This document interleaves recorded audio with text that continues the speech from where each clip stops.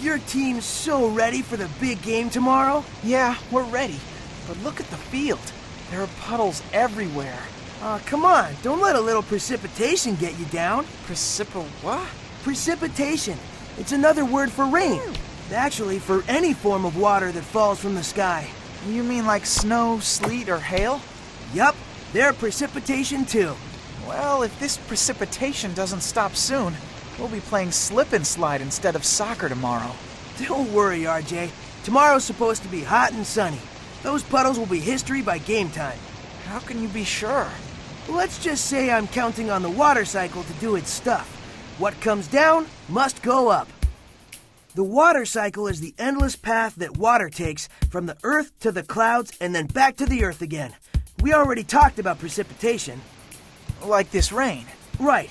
Well, when precipitation falls from the sky, it fills the lakes, rivers, and oceans, runs down the mountain, and soaks into the soil.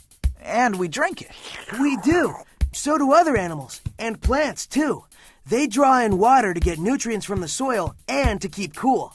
We're all part of the water cycle, but not the only part. Did you know that a lot of water just disappears into thin air? Really? How? Through evaporation.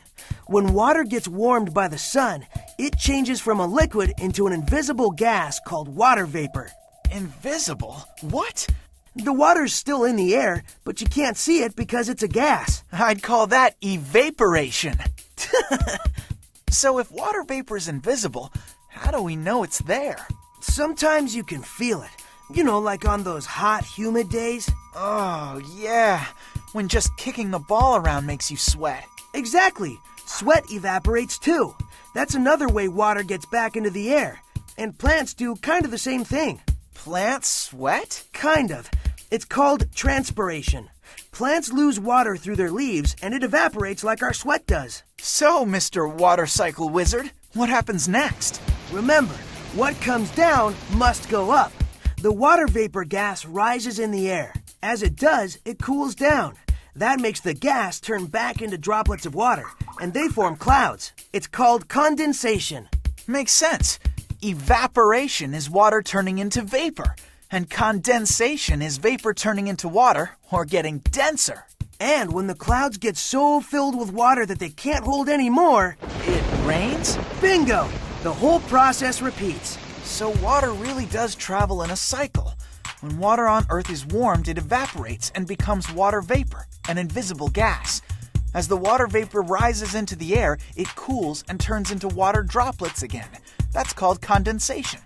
Then the water droplets form clouds, rain falls from the clouds, and the cycle starts all over again. Yup. So, here we are, smack dab in the middle of the water cycle. Aw, yeah! I think the rain's stopping.